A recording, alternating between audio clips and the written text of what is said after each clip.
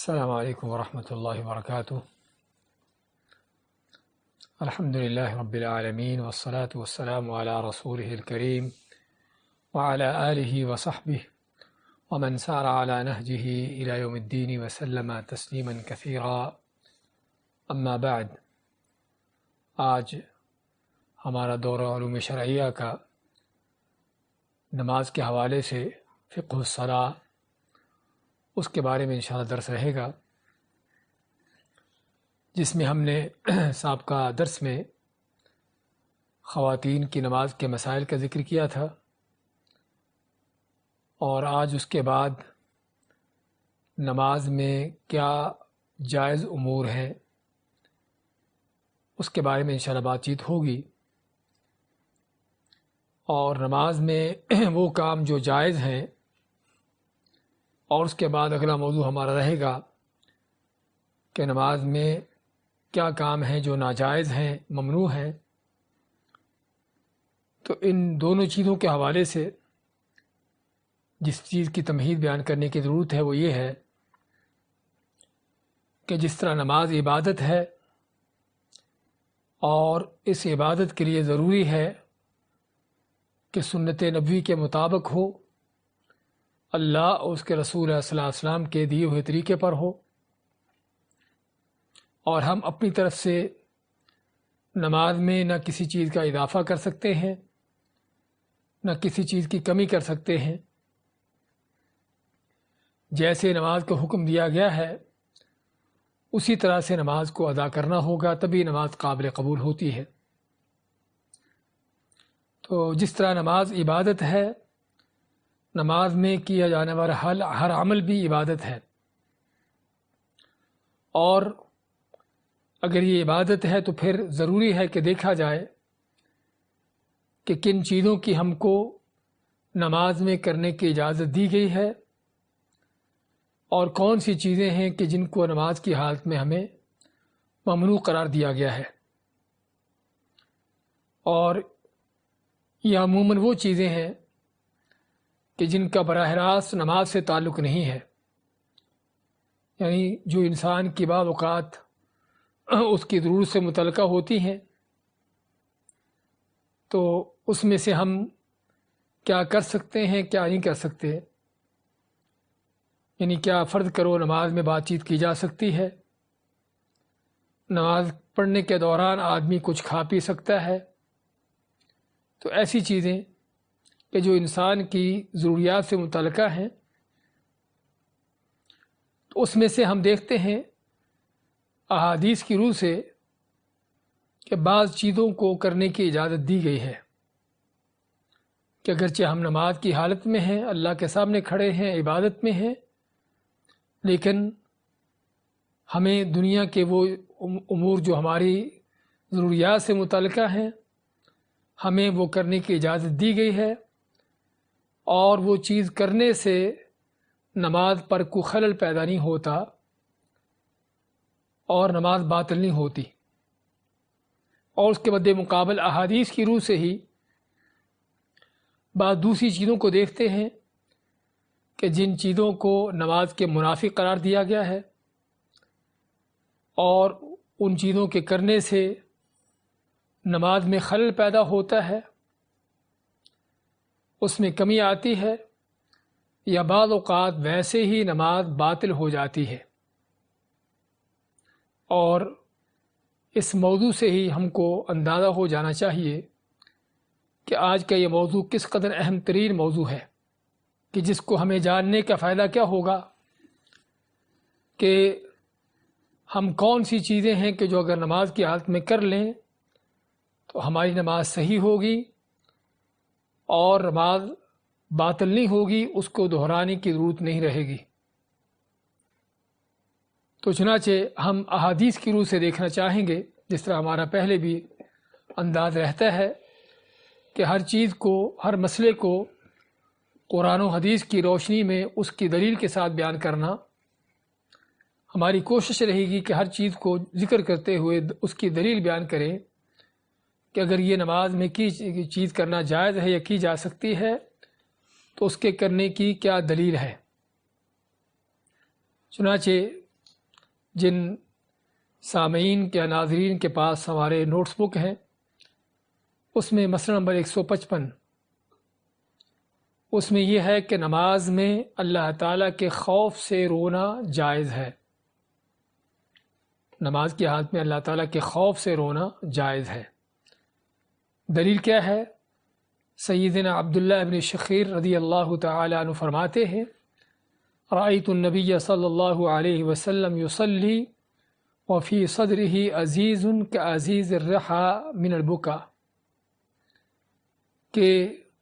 فرماتے ہیں کہ میں نے نبی صلی اللہ علیہ وسلم کو نماز کے دوران دیکھا کہ آپ نماز پڑھ رہے تھے اور آپ کے سینے سے رونے کی اس طرح سے آواز آ رہی تھی کہ جس طرح ہنڈیا جوش مارتی ہے یا جس طرح چکی چلتی ہے، جس چکی میں جو ہے آٹا پیسا جاتا ہے۔ اور یہ ابو داؤد اور امام نسائی کی حدیث ہے جو صحیح حدیث ہے۔ اسی طرح صحیح بخاری مسلم کی حدیث میں ہے کہ نبی کریم صلی اللہ علیہ وسلم جب بیمار تھے تو آپ نے حکم دیا کہ ابو بکر کو کہو کہ نماز پڑھا دے، جماعت کروا دے۔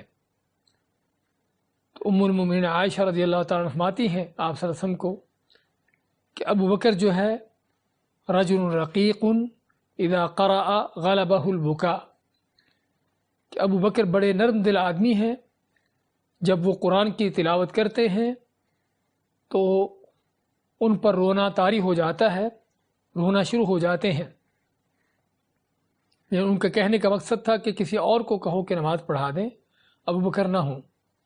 لیکن آپ میں کہ نہیں، ابو بکر کو کہو کہ وہی نماز پڑھائیں۔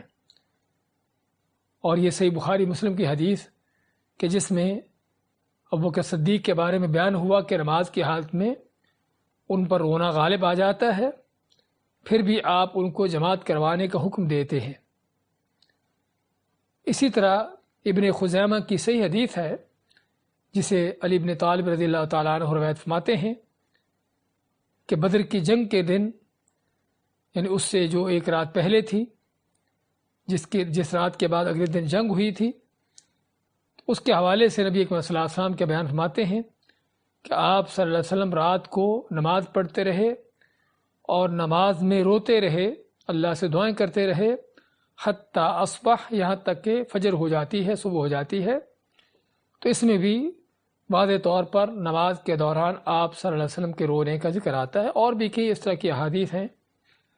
جس سے معلوم کیا ہوا کہ اگر آدمی نماز میں روتا ہے اللہ سے دعا کرتے ہوئے، اللہ کے ڈر خوف سے، تو اس طرح کے رونے سے نماز میں خلل پیدا نہیں ہوتا، بلکہ یہ وہ چیز ہے کہ جو نماز میں مطلوب ہے کہ اللہ تعالیٰ کی خشیت اور ڈر پیدا ہو۔ اور اس میں اگر آدمی کا رونا آ جاتا ہے، رونا نکل آتا ہے، اور اگرچہ رونے میں کچھ آواز بھی آ جائے تو اس میں کوئی حرج کی بات نہیں اور نماز میں خلل پیدا نہیں ہوتا۔ لیکن یہاں پر ساتھ ساتھ یہ بھی معلوم ہونا چاہیے کہ اگر رونا نہ آتا ہو، بلا وجہ آوازیں نکالنا، جس طرح کے بعض اوقات لوگوں کو دیکھا جاتا ہے اور آوازیں بھی بڑی زوردار طریقے سے نکالتے ہیں، تو یہ نماز کے منافی چیز ہے اور اس کی نماز میں اجازت نہیں۔ لیکن طبعی طور پر انسان کا جو رونا آتا ہے اس پر اگرچہ آواز بھی پیدا ہو جائے تو اس میں نماز میں ایسا کرنے سے کوئی حرج پیدا نہیں ہوتا اور نماز صحیح ہے۔ آگے مسئلہ ہے 156 نمبر، نماز میں بوقت ضرورت کھنگارنا یا ہاتھ وغیرہ سے اشارہ کرنا جائز ہے۔ جیسا کہ عبداللہ ابن عمر رضی اللہ تعالیٰ عنہ کی روایت ہے، فرماتے ہیں کہ میں بلال رضی اللہ تعالیٰ سے دریافت کیا کہ نماز پڑھتے ہوئے جب لوگ نبی اکرم صلی اللہ علیہ وسلم کو سلام کرتے تو آپ ان کو کیسے جواب دیتے؟ تو انہوں نے جواب دیا کہ آپ اس طرح سے جواب دیتے اور اپنا ہاتھ پھیلا دیا۔ اور ہاتھ پھیلانے کا انداز کیا تھا کہ جس طرح سے روایت میں آتا ہے کہ انہوں نے اپنے ہاتھ کو اس طرح سے، یعنی کہ اپنے ہاتھ کو پھیلایا، دائیں ہاتھ کو، تو اس طرح سے ہاتھ کا اشارہ کر کے بلال رضی اللہ عنہ بتاتے ہیں کہ نبی اکرم صلی اللہ علیہ وسلم کو جب کوئی سلام کہتے تو آپ لوگوں کے سلام کا یا سلام کہنے والوں کا اس انداز سے جواب دیتے، ہاتھ کے اشارے سے۔ اور بعض حدیث میں آتا ہے، جس طرح کہ زید بن ارقم کی حدیث ہے، کہ نماز جب شروع ہوتی ہے، اور عموماً یہ مکہ کا زمانہ ہے، کہ جب آپ صلی اللہ علیہ وسلم کو لوگ اگر سلام کہتے نماز کے دوران تو آپ بول کر ان کے سلام کا جواب دیتے، لیکن اس کے بعد زید بن ارقم فرماتے ہیں آپ کے پاس جب مدینہ میں آئے تو آپ کو سلام کہتے تو آپ بول کر آپ نے سلام کا جواب نہ دیا اور ہاتھ کے اشارے سے جواب دیا، اور نماز کے بعد آپ نے فرمایا کہ اللہ تعالیٰ اپنے احکامات میں سے جس چیز کو چاہے بدلتا ہے، تو اللہ تعالیٰ نے جو حکم دیا ہے نماز کے حوالے سے وہ یہ حکم دیا ہے وَقُومُوا لِلَّهِ قَانِتِينَ، کہ اللہ کے لیے خاموشی سے کھڑے ہو جاؤ۔ تو اب ہمیں نماز کے دوران بات چیت کرنے سے منع کیا گیا ہے، تو چنانچہ آپ ہاتھ کے اشارے سے جو ہے سلام کا جواب دیتے، اور اس سے معلوم ہوا کہ نمازی کو سلام کہا جا سکتا ہے، اور نمازی جو ہے ہاتھ کے اشارے سے اس کا جواب دے سکتا ہے، جس طرح کہ ہم نے حضرت بلال کی اس حدیث میں دیکھا، اور اسی طرح صہیب رومی کی حدیث بھی ہے کہ جس میں صحیح مسلم کی حدیث ہے، فرماتے ہیں صہیب رضی اللہ تعالیٰ کہ مررت بالنبی صلی اللہ علیہ وسلم فسلمت علیہ فرد علی اشارتاً، یہ سنن کی اور مسند احمد کی حدیث ہے، فرماتے ہیں کہ اللہ کے نبی صلی اللہ علیہ وسلم کے پاس سے میں گزرا تو آپ ہاتھ کے اشارے سے جو ہے میں آپ کو سلام کیا، تو آپ ہاتھ کے اشارے سے آپ نے سلام کا جواب دیا۔ اس سے معلوم ہوا کہ اگر کوئی آدمی سلام کہے نماز کے پڑھنے والے کو تو نماز پڑھنے والا ہاتھ کے اشارے سے اس کا جواب دے سکتا ہے۔ اور اسی طرح یعنی کہ کھنگارنے کا لفظ بھی آتا ہے کہ بعض اوقات جو ہے صحابہ کرام یعنی کہ کسی کو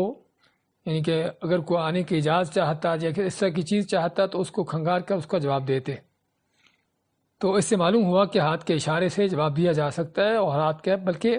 ایسا اشارہ بھی کیا جا سکتا ہے کہ جس اشارے میں کو معنی ملتا ہو، جس طرح کہ صحیح مسلم میں جابر بن عبداللہ رضی اللہ تعالیٰ کی حدیث ہے، فرماتے ہیں اتیت النبی صلی اللہ علیہ وسلم وهو يصلي على بعیرہ، کہ میں آپ صلی اللہ علیہ وسلم کے پاس آیا اور آپ اپنے اونٹ پر یعنی کہ سفر کر رہے تھے، اور سفر کے دوران ہی آپ اونٹ پر بیٹھے نماز پڑھ رہے تھے، تو میں نے آپ سے بات کی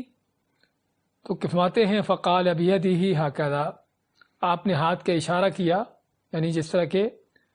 ان کو اشارہ کیا ہو کہ میں نماز پڑھ رہا ہوں تو ابھی ٹھہر جاؤ۔ ثم کلمتہ، فرماتے کہ پھر تھوڑی دیر بعد میں نے پھر ان سے بات کی،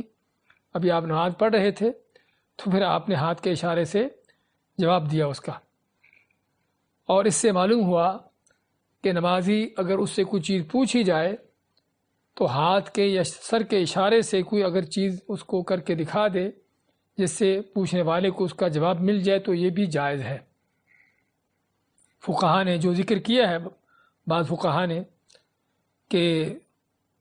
ہاتھ کے اشارے سے اگر کوئی آدمی یا کوئی ایسا اشارہ کرتا ہے جس سے سننے والے کو یا دیکھنے والے کو کوئی چیز معلوم ہو جائے یا اس کو پتہ چل جائے تو اس سے نماز باطل ہو جاتی ہے، کیونکہ ہاتھ کا اشارہ یا کوئی اشارہ ایسی ہے جس طرح کلام ہے، تو حقیقت میں یہ احادیث بعض ان فقہا کے قول کا رد کرتی ہیں کہ اللہ کے نبی صلی اللہ علیہ وسلم اور بلکہ صحابہ کرام بھی جو ہے وہ ہاتھ کے اشارے سے جو ہے اس انداز سے جواب دیا کرتے تھے، اور ایسا اشارہ کہ جس سے دیکھنے والے کو یا سننے والے کو کوئی چیز معلوم ہو جائے، اور یہی صحابہ کرام کا عمل رہا ہے۔ اور اسی طرح ام سلمہ رضی اللہ تعالیٰ کی حدیث ہے جو صحیح بخاری مسلم کی حدیث ہے، فرماتی ہیں کہ نبی کے صلی اللہ علیہ وسلم گھر میں آئے اور آپ نے گھر میں آ کے عصر کی نماز کے بعد نماز پڑھنا شروع کر دی، اور یہ آپ کا یعنی عمل جو ہے یعنی کہ غیر معتاد تھا، یعنی پہلے آپ ایسا کام نہیں کرتے تھے، اور بلکہ صحابہ کرام کو عصر کے بعد نفل پڑھنے سے منع کیا کرتے تھے۔ تو ام سلمہ نے جب آپ کو دیکھا کہ آپ عصر کے بعد نماز پڑھ رہے ہیں گھر میں آ کر، اور حالانکہ آپ عصر کی نماز پڑھ چکے تھے، تو اپنی ایک لونڈی کو بھیجا کہ جاؤ اللہ کے نبی صلی اللہ علیہ وسلم کے پاس جاؤ اور جا کے آپ سے کہو کہ آپ تو ہمیں اس وقت نماز پڑھنے سے منع کرتے ہو اور آپ نماز پڑھ رہے ہو۔ تو لونڈی آپ کے پاس آئی آپ نماز پڑھ رہے تھے تو اس نے آپ کو یہ بات کہی، تو آپ نے ہاتھ کے اشارہ کیا، یعنی کہ پیچھے ہٹ جانے کا اس کو حکم دیا، تو لونڈی پیچھے ہٹ جاتی ہے، اور حدیث میں آتا ہے کہ یعنی کہ اس کے بعد جب آپ نماز ختم کرتے ہیں تو اس کے بعد ام سلمہ کو آپ نے بتایا کہ اس طرح سے میری ظہر کی 2 سنتیں رہ گئی تھیں جو بعد کی سنتیں ہیں، تو ان سنتوں کو میں اس وقت قضا کر رہا ہوں۔ تو یہاں پر بھی آپ نے ہاتھ کے اشارے سے لونڈی کو پیچھے ہٹنے کو کہا، اور یہ اشارہ کوئی شک نہیں کہ ایسی چیز تھی، ایسا اشارہ تھا کہ جس سے دیکھنے والے کو معنی مل رہا تھا کہ آپ کیا چاہتے ہیں، اور اسی چیز پر صحابہ کرام کا عمل بھی تھا۔ ام المومنین عائشہ رضی اللہ عنہ کے بارے میں آتا ہے، جس طرح کہ ابن حزم رحمۃ اللہ علیہ نے ان سے اور بعض صحابہ سے آثار نقل کیے ہیں کہ وہ نماز کے دوران ہی اپنی خادمہ کو جو ہے کسی چیز کو کرنے کا حکم دیتی، یعنی کہ ہاتھ کے اشارے سے کوئی چیز کرنے یا نہ کرنے کا حکم دیتی، اور ایسے ہی صحابہ کرام کا عمل بھی رہا ہے۔ تو جس سے معلوم کیا ہوا کہ اگر ضرورت ہو نماز کے دوران ہاتھ یا سر کے اشارے سے کسی کو جواب دینے کی، تو نماز کے دوران یہ بھی چیز کی جا سکتی ہے۔ تو 156 مسئلے میں اسی چیز کا بیان ہوا ہے کہ بوقت ضرورت ہاتھ کے اشارے سے سلام کا جواب بھی دیا جا سکتا ہے، اور کسی سوال کرنے والے کو یا کسی پوچھنے والے کو ہاتھ کے اشارے یا سر کے اشارے سے کوئی چیز بتائی جا سکتی ہے کہ جس سے اس کو اس کا جواب مل جائے، لیکن بول کر نہیں، زبان سے نہیں۔ مسئلہ نمبر 157 میں نماز میں بیماری یا بڑھاپے وغیرہ کی وجہ سے کسی لاٹھی پر ٹیک لگانا یا کرسی وغیرہ استعمال کرنا جائز ہے۔ اگر آدمی بیمار ہو یا بڑھاپے کی کیفیت میں ہو اور اس کے لیے کھڑا ہونا مشکل ہو رہا ہو یا زیادہ دیر کھڑے ہونے میں مشکل ہو رہی ہو،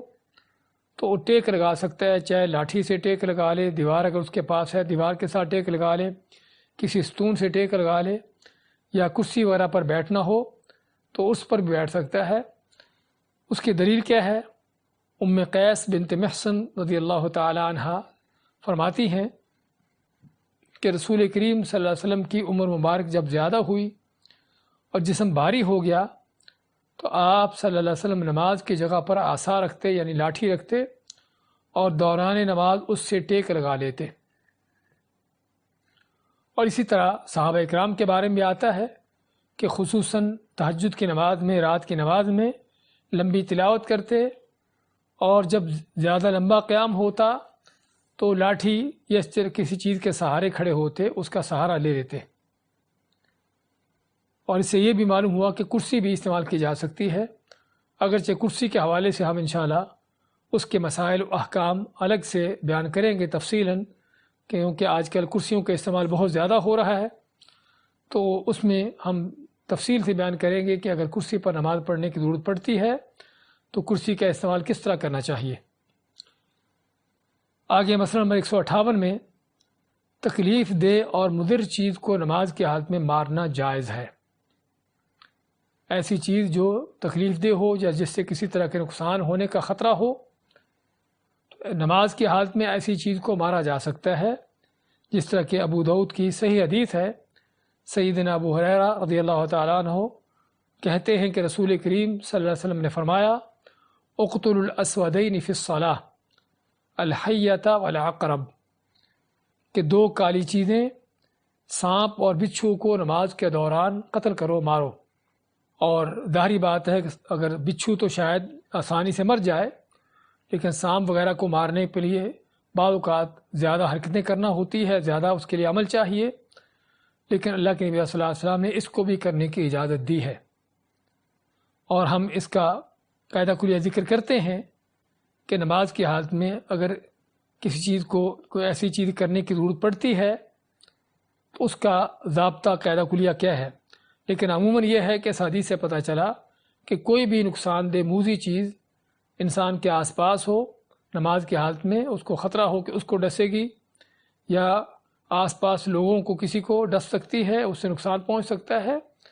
تو کوئی بھی ایسی چیز جو اس کو قتل کیا جا سکتا ہے، نماز کے دوران ہی اس کو مارا جا سکتا ہے،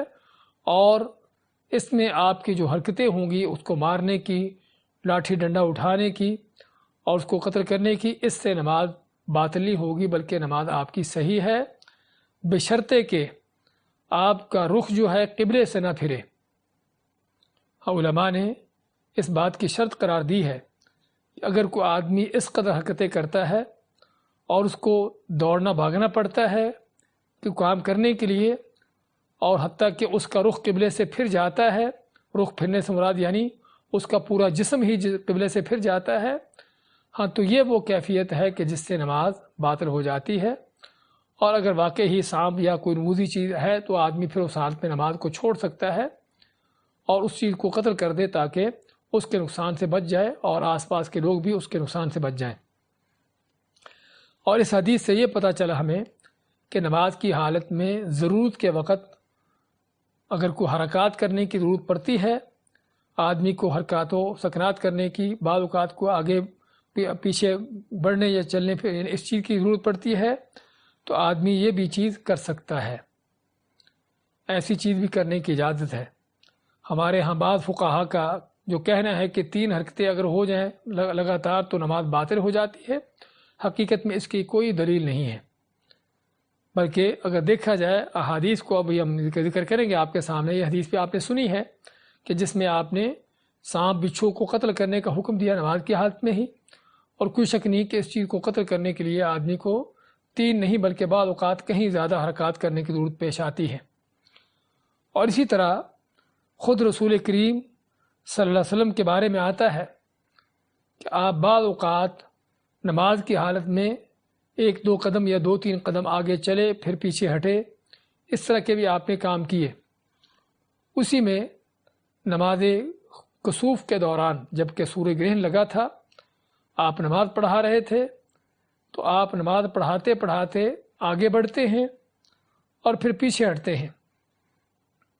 اور بعد میں آپ نے فرمایا کہ اس طرح سے میرے سامنے جنت لائی گئی تھی تو میں چاہا کہ جنت کے پھل کوئی لے لوں،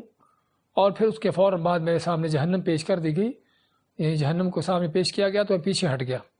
تو یہاں پر آپ کا آگے بڑھنا پیچھے ہٹنا واضح طور پر اس کا ذکر آتا ہے، اور صحیح بخاری مسلم کی احادیث ہیں۔ اسی طرح ام المؤمنین عائشہ رضی اللہ عنہا فرماتی ہیں کہ ایک دن میں باہر تھی گھر سے، تو گھر میں آتی ہوں اور آپ صلی اللہ علیہ وسلم نماز پڑھ رہے تھے، تو میں نے دروازہ بجایا، دروازہ یعنی کھولنے کا کہا، تو آپ آگے بڑھتے ہیں، آگے بڑھ کے دروازہ کھولتے ہیں اور پھر پیچھے اپنی نماز کی جگہ پر لوٹ جاتے ہیں، یعنی الٹے قدموں سے پیچھے لوٹ جاتے ہیں۔ تو اس میں بھی اس بات کا واضح طور پر بیان ہے کہ اگر نمازی کو 1-2 قدم یا چند قدم آگے بڑھنا پڑے اور پھر الٹے پاؤں پیچھے ہٹ جائے تو ایسی چیز نماز میں کی جا سکتی ہے، اس سے نماز باطل نہیں ہوتی اور جائز ہے۔ اور یہ حدیث جو ہے ابو داؤد ترمذی کی ہے اور صحیح حدیث ہے، اور اسی پر صحابہ اکرام کا عمل بھی رہا ہے، بلکہ آپ کے سامنے ہی صحابہ اکرام نے اس طرح کے عمل کیے ہیں۔ اسی میں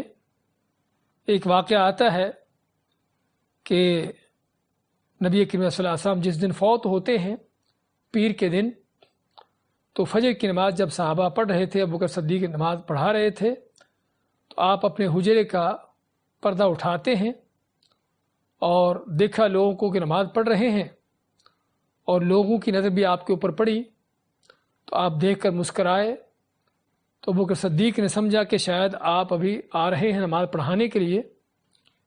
تو وہ پیچھے ہٹ جاتے ہیں۔ حدیث کے الفاظ ہیں فَنَكَصَ ابو بکر علی عقبیہ، کہ ابو بکر جو ہے اپنے الٹے پاؤں پیچھے ہٹ جاتے ہیں، یعنی صف میں آ جاتے ہیں اور امام کی جگہ خالی کر دیتے ہیں، لیکن آپ صلی اللہ علیہ وسلم کو اشارہ کیا کہ نماز پڑھو، پڑھاتے رہو اور اپنا کام جاری رکھو، اور آپ جو ہے مسجد میں نہ آ سکے، اور اسی دن آپ صلی اللہ علیہ وسلم فوت ہو جاتے ہیں۔ تو یہاں پر بھی ابوبکر صدیق کا پیچھے ہٹنا اور پھر پیچھے ہٹنے کے بعد اپنے مصلی پر پھر آگے بڑھنا، اور اسی طرح کئی ان کے یعنی کہ اس کے علاوہ بھی کئی اس طرح کے عمل آتے ہیں کہ جس سے کیا معلوم ہوتا ہے کہ نماز کی حالت میں اس طرح کی حرکات کی جا سکتی ہیں، آگے پیچھے ہٹنے کی اور چند قدم چلنے کی، اور اگر صف کے اندر کوئی خلل پیدا ہو جائے، یعنی فرض کرو کسی آدمی کا وضو ٹوٹ گیا یا صف کے اندر کوئی رکھنا پیدا ہو گیا، تو وہاں پر تو ضروری ہے کہ آدمی صف کو ملانے کے لیے اگر پچھلی صف میں ہے تو اگلی صف میں چلا جائے، یا اس کے ساتھ جگہ خالی ہوتی ہے تو جگہ کو یعنی کہ پر کر لے، اس کے اگلے دوسرے آدمی کے ساتھ مل جائے۔ تو اس طرح دائیں بائیں ہونا، آگے پیچھے ہونا، ایک دو قدم نماز میں یہ چیزیں کی جا سکتی ہیں۔ اور ہمارے ہاں بعض جاہل لوگوں کا جو ایک عقیدہ بنا ہوا ہے کہ پاؤں کا انگوٹھا نماز میں نہیں ہلنا چاہیے، یہ پتہ نہیں ان کا کہاں سے فلسفہ ہے، کسی حدیث یا کسی صحابہ کے آثار میں ایسی چیز نہیں ملتی۔ لیکن ہم نے جس طرح ذکر کیا ہے کہ اس میں بنیادی چیز یہ ہے ان حرکات کے اندر کہ آدمی اس کا جسم جو ہے قبلہ کی طرف رہے، قبلہ کی طرف سے نہ ہٹے۔ اگر پورا جسم ہی قبلہ کی طرف سے ہٹ جاتا ہے، آدمی کا رخ قبلے کے الٹ ہو جاتا ہے، تو یہاں پر علماء کہتے ہیں کہ اس کی نماز باطل ہو جاتی ہے۔ اسی طرح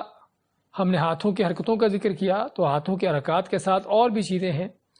سلام کے علاوہ بھی، کہ فرض کرو اگر آدمی کوئی چیز کرنا چاہتا ہے نماز کے دوران ہی، ہاتھ کے اشارے سے یا ہاتھ سے کسی چیز کو ٹچ کرنا چاہتا ہے، کوئی اس طرح کا کام کرنا چاہتا ہے، تو ایسی بھی چیز کی جا سکتی ہے۔ اسی ضمن میں ام المومنین عائشہ رضی اللہ عنہ کی حدیث ہے، جو صحیح بخاری کی حدیث ہے، کہ رسول اکرم صلی اللہ علیہ وسلم رات کے وقت تہجد کی نماز پڑھ رہے ہوتے اور حضرت عائشہ آپ کے سامنے لیٹی ہوتی، تو جب آپ نے سجدہ کرنا ہوتا تو آپ حضرت عائشہ رضی اللہ عنہ کو اپنے ہاتھ سے ان کو یعنی کہ ان کا ٹچ کرتے یا ان کو ہاتھ لگاتے تاکہ اپنی ٹانگیں پیچھے کر لیں اور آپ سجدہ کریں۔ اور اس طرح صحیح بخاری کی دوسری حدیث میں ہے کہ رسول اکرم صلی اللہ علیہ وسلم نماز پڑھ رہے تھے تو آپ کے سامنے سے شیطان نے گزرنا چاہا، تو آپ نے اس شیطان کو پکڑا اور اس کے گلا گھونٹا، حتیٰ کہ آپ ماتے ہیں کہ اس کے گلے کی ٹھنڈک جو ہے میرے ہاتھوں کو محسوس ہوئی۔ اور اس طرح کے ایک واقعات آتے ہیں کہ جس میں نماز کے دوران اس طرح کی چیزیں کرنے کی آپ صلی اللہ علیہ وسلم کا عمل ملتا ہے، صحابہ اکرام کا عمل ملتا ہے، اور جس سے معلوم کیا ہوتا ہے، پہلی چیز اس میں یہ ہے کہ آدمی کو یہ چیزیں اس وقت کرنے کی ضرورت ہے جب نماز میں ان کاموں کو ضرورت پڑے۔ آگے بڑھنے کی، پیچھے ہٹنے کی ضرورت ہے، صف ملانے کے لیے دائیں بائیں ہونے کی ضرورت ہے، یا کوئی ایسی چیز پیدا ہوتی ہے تو اس کے لیے، ورنہ بلا ضرورت جو ہے اس طرح کی حرکات کرنے کی اجازت نہیں ہے۔ اور دوسری یہ بھی چیز کہ ان احادیث سے یہ بھی پتہ چلا کہ اگر ضرورت کے تحت کوئی حرکات کی جا رہی ہیں تو ان حرکتوں سے نماز کے اوپر کوئی فرق نہیں پڑتا، وہ جائز ہیں۔ اور ہم آگے چل کر مزید اس موضوع کو تفصیلاً بیان کریں گے کہ حرکات کی مختلف قسمیں ہیں، کہ جس میں بعض وہ چیزیں ہیں کہ جو نماز سے ہی متعلقہ ہیں، اور ان حرکات کا تو کرنا ضروری ہوتا ہے کیونکہ اسی سے نماز کی تکمیل ہے، اور بعض وہ ہیں جو نماز کے منافی ہیں، اور بعض ہے کہ جو انسان کی اپنی ضرورت ہے۔ انشاءاللہ آگے چل کے اس کی تفصیل ذکر آئے گی۔ تو علی کل حال اس حدیث سے پتہ چلا 158 نمبر مسئلے میں کہ تکلیف دہ چیزوں کو نماز کی حالت میں قتل کیا جا سکتا ہے۔ اس طرح 159 میں 159 میں کسی عذر کے باعث سجدے کی جگہ سے مٹی یا کنکر وغیرہ ہٹانے ہوں تو دوران نماز ایک مرتبہ ایسا کیا جا سکتا ہے۔ یعنی آپ نماز پڑھنے کے لیے کھڑے ہوتے ہیں اور جہاں پر آپ نے سجدہ کرنا ہے یا آپ کے یعنی کہ سامنے ایسی چیزیں ہیں کہ جن کو ہٹانا آپ ضروری سمجھتے ہیں یا بعض کا برابر کرنا ضروری سمجھتے ہیں، تو اس میں نبی اکرم صلی اللہ علیہ وسلم نے ایک بار اجازت دی ہے کہ اگر تم ایسا کرنا چاہتے ہو تو ایک بار اس چیز کو برابر کر لو، ہموار کر لو، اور بار بار ایسا نہ کرتے رہو۔ اسی میں معاویہ رضی اللہ عنہ کی حدیث روایت کی گئی یہاں پر کہ نبی اکرم صلی اللہ علیہ وسلم سجدہ کی جگہ سے مٹی برابر کرنے والے کے بارے میں ارشاد فرمایا، ان کنت فاعلا فواحدہ، کہ اگر تم کو ضروری کرنا ہی ہو، مٹی کو برابر کرنا ہو تو ایک بار کر لو، یعنی بار بار نہ کرو۔ اسی طرح مسئلہ نمبر 160 میں سخت گرمی کی وجہ سے سجدہ کی جگہ کپڑا رکھنا جائز ہے۔ اگر آدمی نماز پڑھ رہا ہے اور جس جگہ سجدہ کرنا ہے وہاں پر کوئی گرم جگہ ہے، پتھر وغیرہ کوئی ایسی چیز ہے، چٹان ہے، اور وہاں سجدہ کرنے میں انسان کو مشقت ہوگی، تو ایسی جگہ پر سجدہ کی جگہ پر کپڑا وغیرہ رکھا جا سکتا ہے تاکہ آدمی آسانی سے اور اطمینان سے سجدہ کر سکے۔ جس میں انس بن مالک رضی اللہ عنہ کی حدیث دی گئی ہے کہ ہم لوگ نبی اکرم صلی اللہ علیہ وسلم کے ساتھ نماز پڑھتے اور سخت گرمی میں جب ہم میں سے کوئی بھی اپنی پیشانی زمین پر نہ رکھ سکتا تھا تو اپنا کپڑا بچھا لیتا اور اس پر سجدہ کرتا۔ لیکن یہاں پر یہ بھی معلوم ہونا چاہیے کہ یہ اجازت اس وقت ہے جب ضرورت ہو کپڑا بچھانے کی، بعض گمراہ کن لوگ جو سجدہ کرتے ہوئے لازمی اپنے سجدے کی جگہ پر کوئی چیز رکھتے ہیں، کوئی ٹھیکری رکھ لیتے ہیں یا کوئی یعنی کہ کپڑا بچھا لیتے ہیں، اور اگر کچھ بھی نہ ہو تو ٹیشو سا پیپر رکھ لیتے ہیں، تو ایسی چیز سنت کے خلاف ہے۔ ہاں اگر ضرورت ہے تو یہ چیز کی جا سکتی ہے، جس طرح کہ صحابہ کرام کے عمل سے ہم کو مل رہا ہے کہ اگر ان کو ضرورت ہوتی گرمی وغیرہ کی وجہ سے تو وہ کپڑا رکھ لیتے تھے۔ 161 میں نماز میں بچے کو اٹھانے سے نماز باطل نہیں ہوتی۔ دیکھیے اسلام کی آسانیاں کیا کیا ہیں کہ نماز میں ہر وہ چیز، اگرچہ نماز اللہ کی عبادت ہے لیکن جہاں جہاں پر انسان کی ضروریات ہیں، ان کو بھی اسلام نے جو ہے وہ نظر انداز نہیں کیا اور ان کی بھی اجازت دی ہے۔ سیدنا ابو قتادہ رضی اللہ عنہ فرماتے ہیں کہ میں نبی کریم صلی اللہ علیہ وسلم کو میں نے اس حالت میں نماز پڑھتے دیکھا کہ آپ ابو العاص کی بیٹی امامہ کہ جو کہ نبی کریم صلی اللہ علیہ وسلم کی نواسی تھی، آپ اس کو کندھے پر اٹھائے ہوئے تھے، اور جب آپ رکوع کرتے تو امامہ کو اتار دیتے، اور جب سجدہ کرتے سجدے سے فارغ ہوتے تو پھر سے اٹھا لیتے۔ یعنی اس سے معلوم کیا ہوا کہ آپ ہر رکعت میں رکوع کے دوران رکوع کرتے اس کو بٹھاتے، اور جب سجدوں سے فارغ ہو کر اٹھتے تو آپ پھر سے اس کو اٹھا لیتے، اور کوئی شک نہیں کہ اس میں اس کو بٹھانے میں اٹھانے میں حرکات ہو رہی ہیں، اور نبی کے صلی اللہ علیہ وسلم جماعت کرواتے ہوئے یہ کام کر رہے ہیں تاکہ لوگوں کو یہ سنت بھی معلوم ہو کہ اگر ضرورت ہے بچے کو اٹھانے کی، بچہ فرض کرو رو رہا ہے، اس کو ضرورت ہے اٹھا کر اپنے گود میں اٹھانے کی، اپنے ساتھ لگانے کی تاکہ خاموش ہو جائے، تو نماز کی حالت میں مرد ہو یا عورت ہو بچے کو اٹھا سکتے ہیں۔ 162 نمبر مسئلے میں جوتے نجاست سے پاک ہوں تو جوتوں سمیت نماز پڑھنا جائز ہے۔ ہم نے شروع میں ذکر کیا تھا کہ اسلام نے ہمیں جن چیزوں کی اجازت دی ہے نماز میں کرنے کی، ہم وہی کریں گے اور اس کے علاوہ چیزیں نہیں کریں گے، اور بعض وہ چیزیں ہیں کہ جو لوگوں کے معمول کے خلاف ہوں گی، جس طرح کہ شاید یہ مسئلہ بھی کہ کیا جوتوں کے اندر میں نماز پڑھی جا سکتی ہے، جوتے پہن کر بھی نماز پڑھی جا سکتی ہے؟ یہ تو نماز کی بڑی بے ادبی ہے۔ مسجد میں جوتے پہن کر جانا بہت مسجد کی گستاخی اور بے ادبی کا انداز ہے۔ لیکن آئیے ہم دیکھتے ہیں، اس میں ایک نہیں بلکہ کئی ایک احادیث ہیں۔ خود نبی اکرم صلی اللہ علیہ وسلم کا جوتے پہن کر نماز پڑھنا، آپ کا لوگوں کو حکم دینا جوتے پہن کر نماز پڑھنے کا، اور صحابہ اکرام کا آپ کے پیچھے جوتے پہن کر نماز پڑھنے کا عمل۔ تو اسی میں سیدنا سعید بن زید فرماتے ہیں کہ میں نے سیدنا انس سے پوچھا کیا رسول اللہ صلی اللہ علیہ وسلم جوتوں سمیت نماز پڑھ لیا کرتے تھے؟ تو انہوں نے جواب دیا کہ ہاں، کہ آپ جوتوں سمیت نماز پڑھتے تھے۔ صحیح بخاری مسلم کی حدیث ہے۔ اور ابو سعید کی حدیث میں ہے کہ رسول اکرم صلی اللہ علیہ وسلم نے فرمایا اذا جاء احدکم الى المسجد فلینظر، اگر تم میں سے کوئی مسجد میں آئے تو اب دیکھے، فإن رأى فی نعلیہ قذرا او اذى فلیمسح، اگر اپنے جوتوں میں کوئی ناپاکی یا کوئی اس طرح گندگی دیکھے اس کو صاف کر لے، ولیصلی فیہما، اور پھر آپ حکم دیتے ہیں کہ اسے چاہیے کہ ان جوتوں میں نماز پڑھے۔ یہ ابو داؤد کی صحیح حدیث ہے۔ اور اسی طرح تیسری حدیث آپ کی کہ جس میں آپ فرماتے ہیں کہ جوتوں میں نماز پڑھو اور یہودیوں کی مخالفت کرو۔ اور صحیح بخاری کی حدیث میں ہے کہ رسول کریم صلی اللہ علیہ وسلم نماز پڑھا رہے تھے، اور نماز پڑھاتے پڑھاتے آپ نے جوتا اتار دیا، اور آپ کو جب صحابہ نے پیچھے دیکھا جو پیچھے آپ کے پیچھے نماز پڑھ رہے تھے، تو انہوں نے دیکھا کہ آپ نے جوتا اتارا ہے، تو انہوں نے بھی اپنے جوتے اتار دیے۔ تو آپ نماز کے بعد پوچھتے ہیں صحابہ سے کہ تم لوگوں نے اپنے جوتے کیوں اتارے؟ تو انہوں نے بتایا کہ ہم نے آپ کو دیکھا کہ آپ نے جوتا اتارا ہے تو ہم نے بھی اتار دیا۔ تو آپ ماتے ہیں کہ مجھے تو جبرائیل نے آ کے بتایا تھا کہ آپ کے جوتے میں نجاست ہے، تو اس لیے میں نے اس کو اتارا تھا۔ تو اس لیے آپ ماتے ہیں کہ اگر آپ دیکھو اپنے جوتے میں کوئی ناپاکی لگی ہے تو پہلے اس کو صاف کر لو، پھر اس میں تم نماز پڑھو۔ تو علی کل حال اس مسئلے کے حوالے سے جس طرح بتایا ہے کہ اس کے علاوہ بھی کئی ایک احادیث ہیں تو جس میں آپ کا حکم بھی ہے، آپ کا عمل بھی ہے، اور اسی پر صحابہ کرام کا عمل بھی ہے،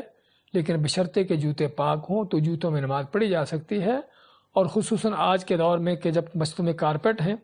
آپ کے زمانے میں کہ چونکہ مسجد میں کینکر ہوتے تھے اور جوتوں میں نماز پڑھنے میں اور جوتے لے کر مسجد میں آنے میں کوئی مشکل نہیں تھی، لیکن آج کل مسجدوں میں جو کارپیٹ ہیں تو ہم کہیں گے کہ اگرچہ جوتا پاک بھی ہو لیکن پھر بھی اس کو دیکھنے کی ضرورت ہے کہ جوتا صاف ستھرا ہو، اس میں کوئی ایسی گندگی مٹی گرد و غبار نہ لگا ہو کہ جو کارپیٹ کو خراب کرنے والا ہو، تو اس چیز کا بھی خیال کرنے کی ضرورت ہے۔ پڑھنا اصل یہ ہے کہ یہ سنت سے ثابت ہے کہ جوتوں میں نماز پڑھی جا سکتی ہے، پڑھنا جائز ہے، بلکہ پڑھنا سنت ہے، لیکن اس میں ہمیں باقی چیزوں کا خیال بھی رکھنا ہوگا مسجد کے کارپیٹ کے حوالے سے، اور ایسے ہی لوگوں کو بھی دیکھنا ہوگا کہ جن لوگوں کو اس مسئلے کا پتہ نہیں ہے پہلے ان کو اس مسئلے کے بارے میں بتانا ہوگا اور ان کو چیز سمجھانا ہوگی تاکہ ان کے لیے کوئی انوکھی چیز نہ ہو اور کسی فتنے کا باعث نہ بنے۔ اور جہاں پر دیکھا جائے کہ ایسی چیز کرنے پر لوگوں کے اندر فتنہ کھڑا ہوتا ہے تو پھر بہتر ہے کہ آدمی ایسی چیز نہ کرے، کیونکہ جوتوں کے اندر نماز پڑھنا سنت ہے اور اختلافات سے بچنا فرض اور ضروری ہے۔ اس لیے یہ نہ ہو کہ کہیں ہم صرف سنت پر عمل کرتے کرتے اپنے لوگوں کے اندر انتشار پیدا کر دیں اور اختلافات کھڑے کر دیں۔ تو اسی بات کر رہے تھے کہ اگر یہ چیز کرنا ہو تو پہلے ضرورت ہے لوگوں کی ذہن سازی کرنے کی، ان کو بتانے کی، کہ تاکہ ان کا ذہن بن جائے اور پھر یہ چیز کی جائے۔ ورنہ اصل یہ ہے کہ یہ چیز سنت ہے اور آپ صلی اللہ علیہ وسلم کا عمل ہے، صحابہ کا عمل ہے کہ جوتوں میں نماز پڑھی جا سکتی ہے بشرط کہ جوتے پاک ہوں۔ آگے 163 مسئلہ میں خواتین کی نماز میں پہلے بیان ہو چکا ہے سابقہ درس میں کہ امام کو غلطی لگ جائے تو اس کو آگاہ کرنے کے لیے مرد جو ہیں اور عورتیں جو ہیں وہ ہاتھ پہ ہاتھ مار کر تالی بجا کر امام کو جو ہے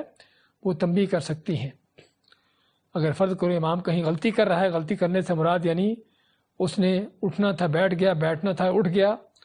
تو اس کو تنبیہ کرنے کے لیے مردوں کو سبحان اللہ کہنا چاہیے اور عورتوں کو ہاتھ کے یعنی کہ دائیں ہاتھ بائیں ہاتھ کے پیچھے مار کر تالی کی شکل میں اس کو تنبیہ کرنا چاہیے۔ اسی طرح اسی مسئلے کے ضمن ایک دوسری چیز بھی ہے، وہ کیا ہے کہ اگر امام تلاوت میں بھول جاتا ہے، اگر امام تلاوت میں بھول جاتا ہے تو اس کو، جس کا ہمارے ہاں لقمہ دینا کہتے ہیں، کہ اس کو غلطی بتانا، اس کو تنبیہ کرنا، یعنی کہ جو غلطی کر رہا ہے اس کو بتانا کہ یہ غلطی کر رہے ہو تم، یعنی کہ صحیح آیت کا جو لفظ ہے اس کو بتا دینا، یہ لفظ چھوڑ رہا ہے تو اس کو بتا دینا، تو یہ بھی نماز کی حالت میں جائز ہے۔ اور اس کی دلیل کیا ہے؟ وہ ابو داؤد کی حسن حدیث ہے کہ رسول اکرم صلی اللہ علیہ وسلم نے ایک دن نماز پڑھائی تو نماز کے دوران تلاوت میں آپ کو کچھ غلطی ہو گئی، پڑھنے میں قرات میں مشکل ہوئی، تو آپ نماز کے بعد پوچھتے ہیں کیا، یعنی کہ نمازیوں سے پوچھتے ہیں کہ ابی بن کعب یہیں پر ہے؟ تو صحابہ نے فرمایا کہ ابی بن کعب ہمارے ساتھ ہیں، بلکہ ابی بن کعب خود فرماتے ہیں کہ میں اللہ کے قریب موجود ہوں۔ تو آپ مانتے ہیں کہ جب میں غلطی کر رہا تھا تو تم نے مجھے بتایا کیوں نہیں؟ جب میں غلطی کر رہا تھا فما منعک، تمہیں کس چیز نے منع کیا کہ تم مجھے رکما دو، مجھے بتاؤ کہ یہاں پر کیا لفظ پڑھنا ہے؟ تو آپ نے باقاعدہ ابی بن کعب رضی اللہ تعالیٰ عنہ کو اس بات کی تعلیم دی کہ ان کو بتانا چاہیے تھا کہ آپ سرسم غلطی کر رہے ہیں اور یہاں پر کیا پڑھنا ہے۔ اس سے معلوم کیا ہوا کہ اگر امام کی تلاوت میں غلطی ہو جائے تو پیچھے مقتدی اگر اس کو معلوم ہو کہ غلطی کیا ہو رہی ہے، کیا کر رہا ہے، تو اس کو امام کو بتانا چاہیے، اور یہ بھی نماز میں جائز ہے۔ اسی طرح اسی ضمن میں یہ بھی ہے کہ نمازی بوقت ضرورت غیر نمازی کو بھی متوجہ کر سکتا ہے، یعنی صرف نمازی ہی کوئی نہیں، بلکہ نماز کی حالت میں ایک آدمی نماز پڑھ رہا ہے، اس کے پاس کوئی دوسرا شخص بیٹھا ہوا ہے جو نماز میں نہیں ہے، تو اب نمازی اس کے سامنے کوئی ایسی چیز ہو رہی ہے جس کو نمازی دیکھ رہا ہے، لیکن نماز نہیں پڑھنے والے کو اس پر توجہ نہیں جاتی، اس کا خیال نہیں جاتا، تو نمازی کو چاہیے کہ جو نماز نہیں پڑھ رہا اس کو توجہ دلا سکتا ہے سبحان اللہ کہہ کر، یا ہاتھ کے اشارے سے، یا اس طرح سے، جس طرح کہ فرض کرو کوئی بچہ یعنی کہ کسی جگہ پر گر رہا ہے، پانی میں گرنے والا ہے، یا آگ لگ رہی ہے کسی جگہ پر، کوئی بھی ایسی چیز ہو رہی ہے، تو نماز پڑھنے والے کو چاہیے کہ سبحان اللہ کہہ کر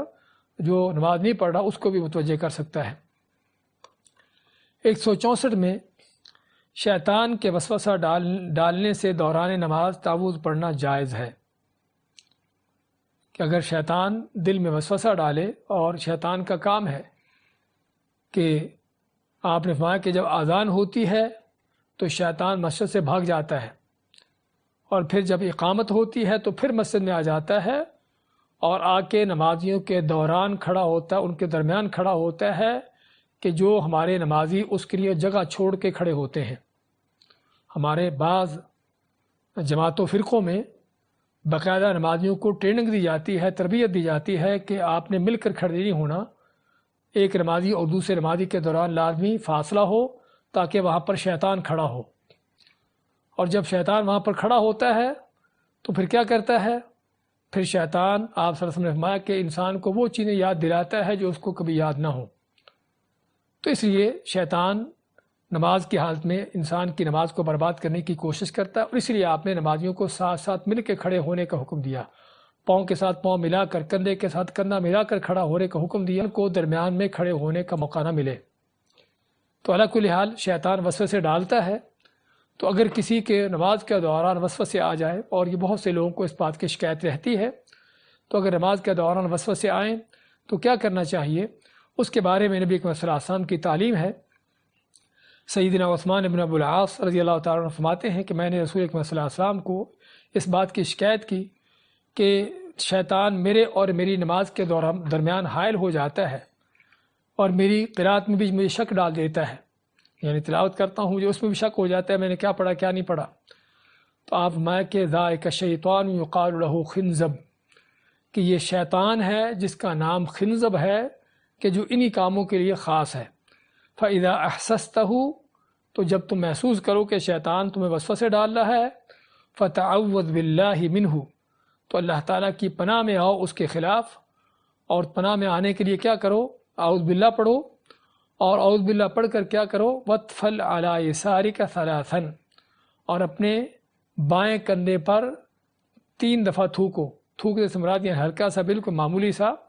اعوذ باللہ پڑھ کر جو ہے تھوکنا، کیونکہ شیطان بائیں کندھے پر آ کر بیٹھتا ہے اور انسان کو پھر اس طرح کی چیزیں، یا بائیں طرف آ کے کھڑا ہوتا ہے اور انسان کو یہ چیزیں یاد دلاتا ہے۔ تو اس میں آپ نے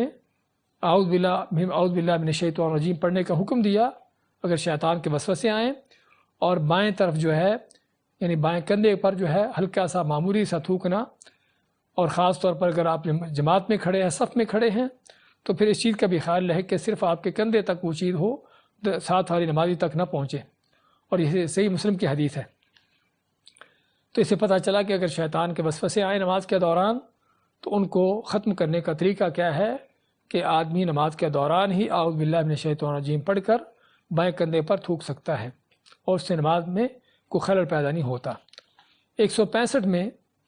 کسی مصیبت و مشکل کے موقع پر فرض نمازوں میں قنوت نازلہ کرنا سنت ہے، یعنی نمازوں کے اندر ہمیں اور بھی چیزیں جو کرنے کی اجازت دی گئی ہے، اور بلکہ نہ کہ صرف اجازت بلکہ سنت ہے، وہ قنوت نازلہ ہے۔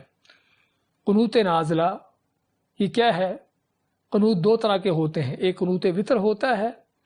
کہ جس کو ہم سبھی جانتے ہیں کہ وطر کی تیسری رکعت میں اگر 3 رکعت کا پڑھ رہے ہیں، یا اگر جو وطر کی جو 1 رکعت ہے تو آپ رکوع سے کھڑے ہونے کے بعد یا بلکہ رکوع سے پہلے بھی وہ وطر کی دعا پڑھ سکتے ہیں، یہ قنوت وطر ہے۔ اور دوسری قنوت نازلہ ہے، اور قنوت نازلہ کیا ہوتی ہے کہ جب مسلمانوں کے اوپر کوئی سختی کے حالات ہوں، کافروں کی طرف سے کوئی ظلم زیادتی کے معاملات چل رہے ہوں مسلمانوں پر، تو مسلمانوں کی فتح نصرت کے لیے، مدد کے لیے اور مسلمانوں کی حفاظت کے لیے کافروں کے اوپر بد دعا کرتے ہوئے یہ قنوت نازلہ کرنا سنت ہے نبی اکرم صلی اللہ علیہ وسلم کی، کہ جس طرح کہ سیدنا ابو ہریرہ رضی اللہ عنہ کی حدیث ہے کہ انہوں نے فرمایا کہ میں تمہیں رسول اکرم صلی اللہ علیہ وسلم کی نماز ادا کر کے دکھاتا ہوں۔ چنانچہ ابو ہریرہ رضی اللہ تعالیٰ عنہ ظہر، عشاء اور فجر کی نمازوں میں سمع اللہ لمن حمدہ کہنے کے بعد قنوت نازلہ قنوت کرتے ہوئے مومنوں کے لیے دعا کرتے اور کافروں پر لعنت ڈالتے۔ یہ صحیح بخاری مسلم کی حدیث ہے کہ وہ ظہر، عشاء اور فجر کی 3 نمازوں میں، اگرچہ 5 نمازوں میں ہی یہ قنوت نازلہ کی جا سکتی ہے، لیکن اس حدیث میں ان 3 نمازوں کا ذکر آ رہا ہے کہ وہ آخری رکعت میں رکوع سے اٹھنے کے بعد سمع اللہ لمن حمدہ کہنے کے بعد جو ہے قنوت پڑھتے، کہ جس قنوت میں مومنوں کے لیے ان کی مدد کے لیے دعا کی جاتی اور کافروں پر لعنت ان کے لیے بد دعا کی جاتی۔ اور اسی طرح انس بن مالک کی حدیث بھی ہے کہ رسول اکرم صلی اللہ علیہ وسلم نے بعض کافروں پر جو مسلمانوں پر ظلم زیادتیاں کر رہے تھے، آپ 1 ماہ تک ان کے لیے بد دعا کرتے رہے، قنوت نازلہ کرتے رہے۔ ابن عمر کی حدیث ہے اور حضرت انس کی حدیث ہے۔ اس کے بعد 166 میں دوران نماز کو سوچ آنے پر نماز باطل نہیں ہوتی۔ ہم نے پہلے ذکر کیا ہے شیطان کے حوالے سے کہ وسوسے ڈالتا ہے شیطان، تو ان وسوسوں سے انسان کے دل دماغ میں سوچ و فکر پیدا ہوتی ہے، سوچیں آتی ہیں، اور بعض اوقات ایسی سوچیں شیطان ڈالتا ہے کہ جس کو انسان بیان نہیں کر سکتا۔ جس طرح کہ عقبہ بن حارث کی حدیث ہے، فرماتے ہیں کہ یہاں پر تو آپ صلی اللہ علیہ وسلم کا واقعہ ذکر کیا ہے، لیکن دوسری حدیث میں صحابہ کرام آپ سے شکایت کرتے ہیں کہ ہم نماز کے دوران ہوتے ہیں اور ایسی ہم کو سوچیں آتی ہیں کہ ہم ان کو بیان نہیں کر سکتے۔ تو آپ نے ان کو بھی وہی تعلیم دی کہ آپ جب دیکھو کہ شیطان کے وسوسے سے پناہ مانگو اور کندھے کے بائیں طرف جو ہے بائیں کندھے پر تھوکو۔ اور یہاں پر عقبہ بن حارث کی حدیث ہے جس میں آپ صلی اللہ علیہ وسلم کا عمل بیان کیا گیا ہے کہ آپ نے عصر کی نماز پڑھائی، تو نماز پڑھانے کے بعد فوراً اٹھ کر کھڑے ہوئے اور گھر میں چلے گئے، اور حالانکہ آپ کا معمول کیا تھا کہ آپ نماز پڑھ کے بیٹھتے، اذکار کرتے اور اس کے بعد پھر اٹھتے، لیکن آج آپ اس وقت میں آپ سلام کے فوراً بعد اٹھ کے گھر چلے گئے۔ تو جس پر صحابہ کو تعجب ہوا، تو آپ تھوڑی دیر بعد گھر سے واپس آتے ہیں اور صحابہ کے چہروں پر تعجب کے آثار جب دیکھتے ہیں تو آپ فرمایا کہ ذکرت وانا فی الصلاۃ طبرا عندنا فکرہت ان یمسی او یبیت عندنا فامرت بقسمتہ، کہ مجھے نماز کے دوران ہی یاد آیا کہ میرے گھر میں کچھ سونے کا ٹکڑا پڑا ہے، کہ جو اصل یہ تھا کہ اس کو لوگوں میں غریبوں میں تقسیم کیا جائے، تو نماز کے دوران ہی مجھے یاد آیا کہ گھر میں وہ سونے کا ٹکڑا پڑا ہے، تو اس لیے میں نماز ختم کرنے کے فوراً بعد اٹھ کر گیا گھر میں، تاکہ اس کو مستحقوں میں غریبوں میں اس کے جو اس کے حقدار ہیں ان کو تقسیم کر دیا جائے، اور کہیں یہ نہ ہو کہ رات تک وہ گھر میں پڑا رہے۔ اس حدیث میں ہمیں پہلا مسئلہ تو یہ معلوم ہوتا ہے کہ آپ صلی اللہ علیہ وسلم کو یہ سوچ فکر کب آئی؟ نماز کے دوران۔ تو اس لیے نماز کے دوران سوچ فکر آنے سے نماز میں خلل نہیں پڑتا، بشرطے کہ یہ سوچ فکر خود نہ لائی گئی ہو۔ لیکن اگر آدمی بعض اوقات خود ہی سوچ فکر کرتا رہتا ہے، خود ہی چیزوں کو سوچتا ہے کہ میں کیا کروں کیا نہ کروں، نماز کے بعد میں نے کیا کرنا ہے، کیا پلان ہے، خود ہی ان چیزوں کے بارے میں سوچتا رہتا ہے نماز کے حال، تو کوئی شک نہیں کہ اس سے نماز میں خلل پیدا ہوتا ہے۔ اور طبرانی کی حدیث ہے جس میں آپ صلی اللہ علیہ وسلم کا فرمان ہے کہ آدمی نماز پڑھتے ہوئے اپنے سوچ و فکر میں گم رہتا ہے، حتیٰ کہ اس کو پتہ نہیں ہوتا کہ میں نے کیا نماز میں کیا پڑھا ہے۔ اور پھر آپ مانتے ہیں کہ نمازی کی نماز کا اتنا ہی حصہ اللہ کے ہاں لکھا جاتا ہے کہ جو نماز اس نے غور و فکر سے دل دماغ کو حاضر کر کے پڑھی ہو۔ اس لیے یہاں پر اس بات کی تنبیہ کرنا ضروری ہے کہ آدمی کو چاہیے کہ نماز پر توجہ ہو، نماز کے اذکار پر اور نماز کے اعمال پر توجہ ہو، لیکن اگر کوئی خیال آ جاتا ہے، سوچ فکر آ جاتی ہے بغیر اس کے ارادے سے، تو ایسی چیز آنے سے نماز میں کوئی خلل پیدا نہیں ہوتا۔ لیکن اس کے آنے پر کرنا کیا چاہیے؟ کرنا یہ چاہیے کہ اس چیز کو آدمی دل سے نکال دے، اس کا خیال جھٹک دے اور اپنی توجہ نماز کی طرف لے آئے، یعنی کہ اس سوچ فکر کے ساتھ چلتا رہے، ایسا کرنا صحیح نہیں ہے۔ 167 نمبر مسئلے میں 167 میں سترہ کے وسائل میں بیان ہو چکا ہے کہ سترہ اور نمازی کے درمیان سے گزرنے والے کو نماز کے دوران ہاتھ سے روک دینا چاہیے۔ ہم نے سترہ کے وسائل میں ذکر کیا تھا کہ اگر نمازی کے آگے سے کوئی گزرنا چاہتا ہے تو آپ نے کیا فرمایا ہے کہ اس کو روکے، اور اگر روکنے کے بعد بھی نہیں رکتا تو اس کو سختی سے روکے، یعنی حتی الامکان کوشش کرے کہ اس کے آگے سے نہ گزرے۔ تو اس کا معنی کیا ہوا کہ یعنی کہ اگر کوئی نمازی کے آگے سے گزرتا ہے تو اس کو روکنا چاہیے۔ اسی طرح یعنی کہ نماز کے دوران جو چیزیں کرنا جائز ہیں اس میں بھی ہے کہ اگر کسی کو چھینک آتی ہے تو کیا اگر چھینک آنے والے کو، جس کو چھینک آتی ہے، اگر وہ الحمدللہ کہتا ہے تو یہ جائز ہے۔ اس کے بارے میں اصل یہ ہے کہ نبی اکرم صلی اللہ علیہ وسلم کی سنت ہے کہ آپ نماز میں تسبیحات کہتے، بلکہ جس طرح کہ حضرت ابو ذر کی حدیث ہے یا حضرت حذیفہ بن الیمان کی حدیث ہے کہ نبی اکرم صلی اللہ علیہ وسلم نے نماز پڑھی، رات کی تہجد کی نماز پڑھ رہے تھے، اور آپ جب کسی اللہ تعالیٰ کی نعمت کا ذکر پڑھتے تو اللہ کی اس نعمت کا سوال کرتے، اللہ کی رحمت کے کو ذکر آتا تو اس رحمت کا سوال کرتے،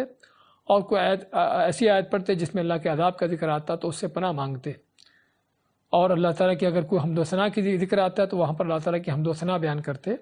تو اس سے معلوم ہوا کہ اصل یہ ہے کہ تسبیحات نماز میں کی جا سکتی ہیں، چاہے آدمی کھڑا ہو، رکوع میں ہو، سجدہ میں ہو، کسی وقت بھی تسبیحات جو ہے نماز کا حصہ ہے۔ تو اسی میں تسبیح کرنا الحمدللہ کہنا جائز ہے۔ اور اس کے بارے میں خصوصاً صحیح بخاری کی حدیث بھی ہے کہ معاویہ بن حکم السلمی رضی اللہ تعالیٰ عنہ فرماتے ہیں کہ میں نماز پڑھ رہا تھا آپ کے پیچھے، تو نمازیوں میں سے کسی آدمی کو چھینک آئی اور اس نے الحمدللہ کہا۔ نماز پڑھنے والے اس آدمی نے، اس کو چھینک آئی تو اس نے الحمدللہ کہا۔ تو اس کے الحمدللہ کہنے پر اس معاویہ بن حکم نے کیا کیا، اس نے اس کو یرحمک اللہ کہا۔ تو جب اس نے اس کو یرحمک اللہ کہا تو لوگوں نے اس کو خاموش کروانے کے لیے جو ہے وہ اپنے رانوں پر ہاتھ مارے تاکہ خاموش ہو جائے۔ تو نماز کے بعد نبی کریم صلی اللہ علیہ وسلم نے ان کو سمجھایا کہ یہ نماز اللہ کا ذکر ہے، اس میں لوگوں کی بات چیت نہیں ہوتی۔ تو آپ نے اس کو جو ہے یرحمک اللہ جو کہنا تھا اس سے منع کیا، اور لوگوں کو بھی، صحابہ کو بھی تعلیم دی کہ اگر ایسی بات ہو تو سبحان اللہ کہہ کر تنبیہ کرو۔ لیکن آپ نے جس کو چھینک آئی تھی، جس نے الحمدللہ کہا تھا، اس کو آپ نے منع نہیں کیا کہ تم نے الحمدللہ کیوں کہا۔ اسی سے علماء اخذ کرتے ہیں، اور خصوصاً شیخ ابن عثیمین رحمۃ اللہ علیہ فرماتے ہیں اس حدیث کی شرح میں کہ اس سے معلوم کیا ہوا کہ اگر کوئی آدمی نماز میں چھینک آتی ہے تو اس کو چھینک جس کو آتی ہے اس کو الحمدللہ کہنے کی اجازت ہے، لیکن باقی سننے والے جو نمازی ہیں ان کو اجازت نہیں کہ اس کو یرحمک اللہ کہیں۔ صرف چھینک آنے والا الحمدللہ کہہ سکتا ہے، تو اس کی اجازت ہے۔ تو یہ بھی نماز میں آدمی کر سکتا ہے۔ اسی طرح اگر کسی کو نماز کی حالت میں تھوک آ جاتا ہے، بلغم آ جاتا ہے، اس طرح کی کیفیت پیدا ہوتی ہے، تو اس حوالے سے بھی کیا ہے کہ اس حوالے سے بھی نبی صلی اللہ علیہ وسلم کی تعلیم ہے کہ اگر تم کو نماز کی حالت میں کوئی اپنے نہ سامنے تھوکے اور نہ دائیں طرف تھوکے،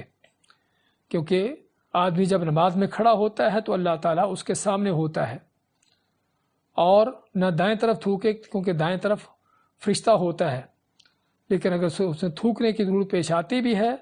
تو یا تو بائیں طرف خالی جگہ ہے تو بائیں طرف تھوک سکتا ہے، یا پھر پاؤں کے نیچے تھوک کر اس کو دبا دے۔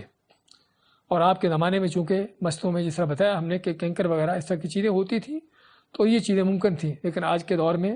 یہ چیزیں یعنی بھائی مسجدوں کے اندر اکثر بیشتر ممکن نہیں ہے، جہاں پر کارپیٹ اس طرح کی چیزیں بچھی ہوتی ہیں، تو یہاں پر آپ کے پاس ٹیشو پیپر یہ اس طرح کی چیزیں ہیں۔ تو اس میں یہ بھی معلوم ہوا کہ نماز کے دوران اگر تھوکنے کی ضرورت پیش آتی ہے، بلغم وغیرہ آتا ہے، بعض اوقات کسی کو کھانسی یا اس طرح کی پرابلم ہے، تو آدمی وہ تھوک جو ہے نکال سکتا ہے، اور نکال کر اگر جو مسجد میں نیچے مٹی ہے یا کینکر ہے تو وہاں پر جس طرح کی آپ کی تعلیم ہے کہ پاؤں کے نیچے یا بائیں طرف تھوک سکتا ہے، اور اگر مسجدوں میں کارپیٹ ہیں تو موجودہ دور میں اللہ نے جو ٹیشو پیپر یا اس طرح کی چیزوں کی نعمت دی ہے، یا اپنے کپڑے میں اس کو نکال سکتا ہے۔ تو کہنے کا مقصد اس میں یہ ہے کہ نماز کے دوران اگر تھوکنے کی ضرورت پیش آتی ہے تو آدمی یہ بھی چیز کر سکتا ہے۔ تو یہ وہ چند چیزیں ہیں کہ جن کو ہمیں نماز میں کرنے کی اجازت دی گئی ہے، کہ جس پر ہمیں احادیث سے دلیلیں ملتی ہیں، جس میں موٹے موٹے مسائل کو پھر ہم دہراتے ہیں کہ نماز میں اگر رونا آتا ہے اللہ تعالیٰ کے ڈر خوف سے، اللہ سے دعائیں کرتے ہوئے، تو ایسے رونے میں کوئی حرج نہیں، چاہے اس میں آواز بھی کیوں نہ پیدا ہو جائے۔ اور ایسے ہی نماز کی حالت میں اشارہ بھی کیا جا سکتا ہے، ہاتھ کا اشارہ بھی، سر کا اشارہ بھی کیا جا سکتا ہے، جس اشارے سے اسلام کا جواب بھی دیا جا سکتا ہے، اور کسی سوال کرنے والے کے سوال کا جواب بھی اس اشارے سے کیا جا سکتا ہے، اور اس میں نماز پر خلل پیدا نہیں ہوتا، جس طرح کہ ہم نے حدیثوں سے اس کا بیان کیا ہے۔ اگر نمازی کو ضرورت ہے سہارا لینے کی تو لاٹھی پر، دیوار کے ساتھ یا ستون وغیرہ کے کس چیز کا سہارا لے سکتا ہے، اور اگر نماز کے دوران کوئی مضر یا تکلیف دہ چیز نظر آئے جس سے نقصان ہو سکتا ہو تو اس کو قتل کرنا بھی جائز ہے، جس کا آپ نے حکم دیا ہے۔ اور اگر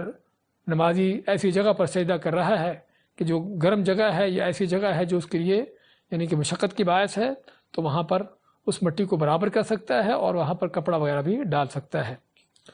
اور ایسے ہی بچے کو اگر نماز کے دوران اٹھانے کی ضرورت پیش آتی ہے تو بچے کو نماز کے دوران اٹھایا جا سکتا ہے، اس کو بٹھایا جا سکتا ہے، اور اگر جوتے ہوں، جوتے صاف ستھرے پاک ہوں تو ان جوتوں میں نماز پڑھی جا سکتی ہے، جس طرح کہ اللہ کے نبی صلی اللہ علیہ وسلم کی سنت ہے۔ اور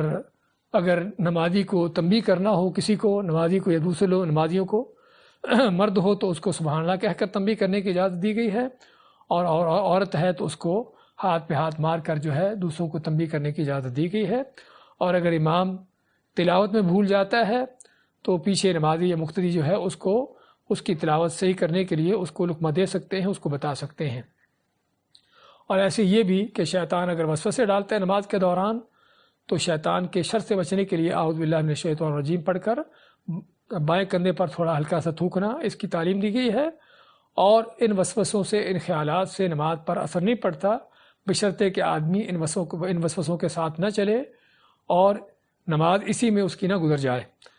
تو اصل یہ ہے کہ جب اس طرح کا وسوسہ خیالات آئیں تو ان کو جھٹک دیا جائے، نکال دیا جائے۔ اور ایسے ہی یہ بھی معلوم ہوا کہ